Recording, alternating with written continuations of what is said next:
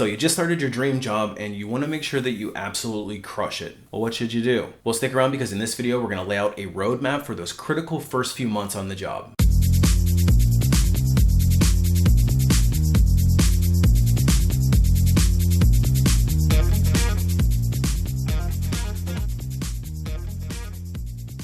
Hey everybody, it's Brian from A Life After Layoff, and I want to share with you a roadmap in order to get started on the right foot with your brand new dream job. You've been doing some interviewing and you applied all the tips that I've been sharing with you and you landed that dream job. And you want to make sure that you start off on the right foot in order to really make that great first impression and give yourself the best possible chance of good career trajectory. So there is some strategy that you're going to want to apply before you walk in the door. In this video, I'm going to share with you exactly what that is. But before we get too far into it, if you're interested in more videos just like this one, directly from a corporate recruiter, make sure you hit the subscribe button. Maybe you hit that notification bell as well. The best way to start your job is to have a strategy or a well-defined plan. A carefully laid out strategy is going to ensure that you're learning what you need to and taking advantage of the opportunities as they come your way. It's really designed to position yourself for the maximum chance of success and leaving that great first impression, because those first impressions are the most important ones. So what is the 30, 60, 90-day plan? Simply put, it's going to lay out key steps for you to accomplish in the first 30, 60, and 90 days of your employment. Now, a lot of good employers will already create a plan for you, and you should take that very seriously. But in this video, we're actually going to take it even a step further. So I'm going to give you some overarching strategies that everybody should apply. The most important thing is to make sure that you are clearly understanding what is expected of you. And I would suggest very early into your new career, sit down with your boss and have a discussion and make sure that you clearly understand what they're expecting of you at the end of each month. Write them down, pin them to your wall, and refer to them frequently. If you're just guessing at what they're expecting, you're going to be setting yourself up for potential failure. And if you're not clear, make sure that you ask the question. And to take this a step further, set a weekly touch point with your boss. Take initiative if they don't do it for you, because you're going to want to have close tabs with them and making sure that they know exactly what it is that you're working on. And it's a perfect opportunity to bring up any challenges that you might be experiencing, and you're never going to get caught off guard with negative feedback. It's also a great way to get in front of issues before they blow up into much bigger situations. And while you're at it, set up weekly check-ins with your other key stakeholders. It doesn't just have to be your boss. In fact, I would recommend that anybody that you have a close working relationship with, whether it's a business stakeholder or somebody that's part of your broader project team, set up weekly cadences with them as well. Regular check-ins help establish rapport, build trust, and helps you resolve issues before they get to your boss. And it's much easier to troubleshoot problems behind the scenes than it is to clean up a tarnished perception or reputation. Next major thing is to make sure you stay on top of key deliverables. If there's mandated training that gets assigned to you, make sure you do it without needing to be nudged. Or if there's a weekly reporting requirement that you're responsible for, make sure you stay on top of it so that you don't need to be reminded. Your boss is going to appreciate your proactive approach and they're not going to have to worry about you. Now, the next major thing that I would suggest is to seek out any training that you might feel you gap on. For example, if there's a software package that the company uses that you're just not familiar with, be very proactive about getting the training that you need so that you can get up to speed as quickly as possible. Don't wait till you're floundering to start addressing any potential skill gaps that you might have. And don't be afraid to ask for help. Listen, there's no shame in asking for help, especially if you're new on the job. If you're finding yourself overwhelmed with some tasks that have been assigned to you, or maybe that you're not meeting objectives, it's always better to ask for help before it becomes an issue. And again, your boss will appreciate that you're looking out for your work and you're being proactive. And you're also going to want to solve problems. Very early into my career, I ran into a roadblock and I went into my boss's office and basically dumped it on him. I said, I've got this issue that I can't seem to solve and I don't know what to do next. He turned to me and he said, don't ever come back into my office and dump your problems on me. That's what I'm paying you for. Come in with a solution. And at the time, I thought it was really harsh feedback, but the more I reflected on it, the more he was right. He was paying me a salary in order to figure out problems and not provide him with more problems to deal with. So I learned very early on to have a potential solution to any problem that I might be experiencing. And let's expand on that for a second.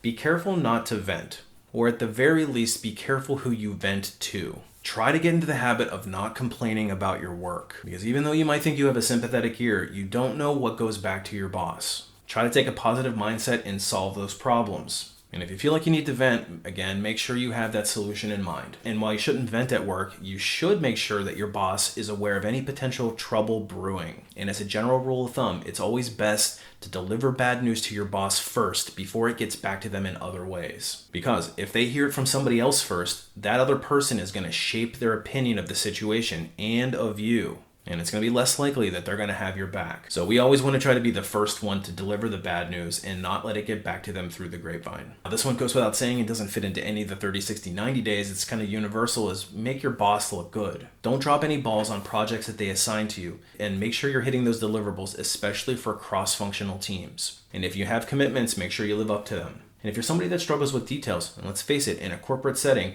you can get a lot of emails and a lot of deliverables and a lot of to-dos, and it's easy to let things fall through the cracks. So come up with some sort of a system that you can stay organized and on top of the duties that you're assigned. For me, I use my calendar extensively. I put reminders for critical issues, and I use my to-do lists. And that way, if anything can potentially slip through the cracks, I set a reminder and flag it so that I can follow up with it at the end of the day. Set up a system to not allow emails to get lost in the mix. And really, most work-related issues can be resolved by properly following up with people in good communication. Even a simple acknowledgement or a quick email, letting them know you haven't forgotten about them, will go a long way. And all this stuff is going to help build your credibility in the organization. We all know that there's lots of meetings in organizations, and when you're sitting in those meetings, make sure that you're taking close notes. The boss is throwing out some deliverables that are coming up, write them down, take note of them. And again, you don't want to be nudged about all the things that are coming down the pipeline. If you're proactive and you're on top of those things, your boss is really going to appreciate that they don't have to always follow up with you. Now, here's a key strategy that I highly recommend that you get in the habit of doing.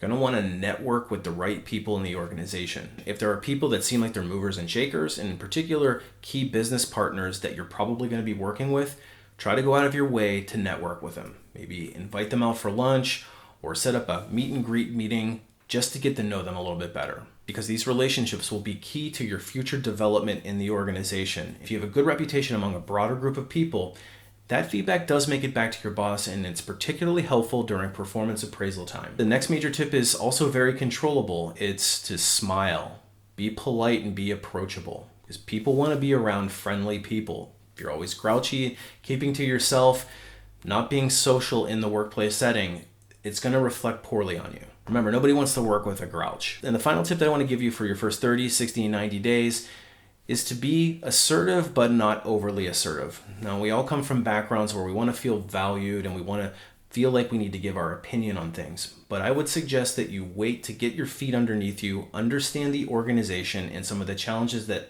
your coworkers are experiencing before you start to offer a lot of your own opinions. Now, of course, if you're directly asked about your opinion, that's one thing.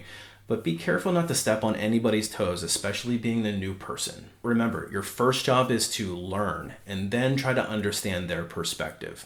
Then you can contribute later. So there's a lot of tips that I've just shared with you on how to get started on the right foot for your new career. A lot of these tips are actually not just meant for 30, 60, 90 days. You can apply them throughout the rest of your career, and they're good work practices to get into. And make sure you follow very closely along to any established protocols that your work sets for you. So hopefully this starts you on the right foot.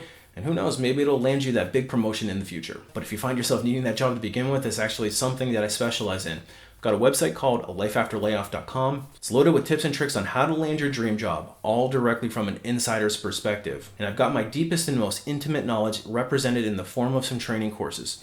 The first one is called Resume Rocketfuel. It's designed to teach you exactly how to write a resume that's going to give you the best chance of getting noticed by that recruiter to land you that first interview.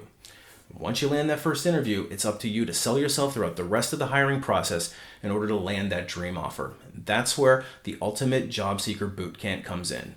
Highly suggest you check it out. Congratulations on the new job. Try to hit it out of the park, and we will see you on the next one.